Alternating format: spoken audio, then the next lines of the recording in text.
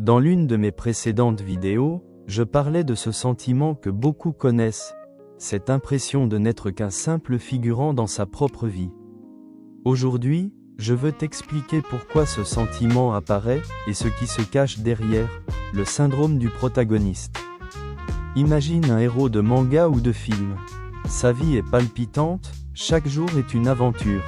Les gens autour de lui semblent toujours jouer un rôle parfait pour le mettre en valeur. Il réussit, échappe au danger, tout semble tourner en sa faveur. Dans ce monde fictif, il est le centre, parce que le scénario a été écrit pour lui. Maintenant, imagine un jeune lambda qui, inspiré par ses héros, se prend pour un protagoniste. Il croit que sa vie devrait être spectaculaire, que tout devrait lui sourire, que son destin est unique. Mais la réalité est différente. Les échecs, les frustrations, les moments où il se sent invisible ou dépassé le frappent de plein fouet. Et là, deux réactions peuvent se produire.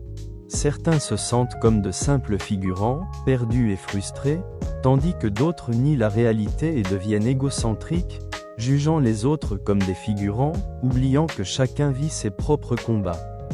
Le problème, c'est que beaucoup confondent fiction et vie réelle. En se comparant aux héros imaginaires, chaque frustration devient amplifiée.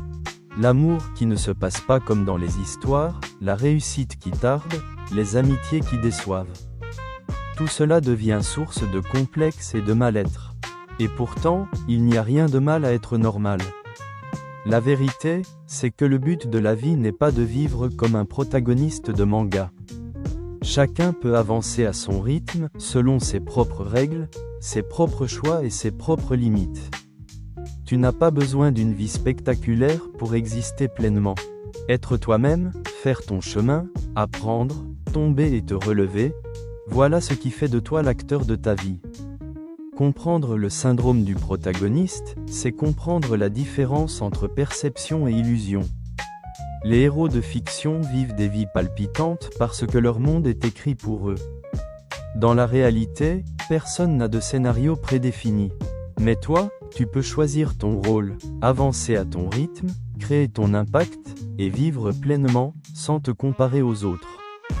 Même une vie normale peut être belle et puissante si tu décides de prendre ta place, jour après jour, à ta manière et parfois même plus belle que la fiction si on se rend compte de qui on est véritablement et pas de ce que l'on veut être.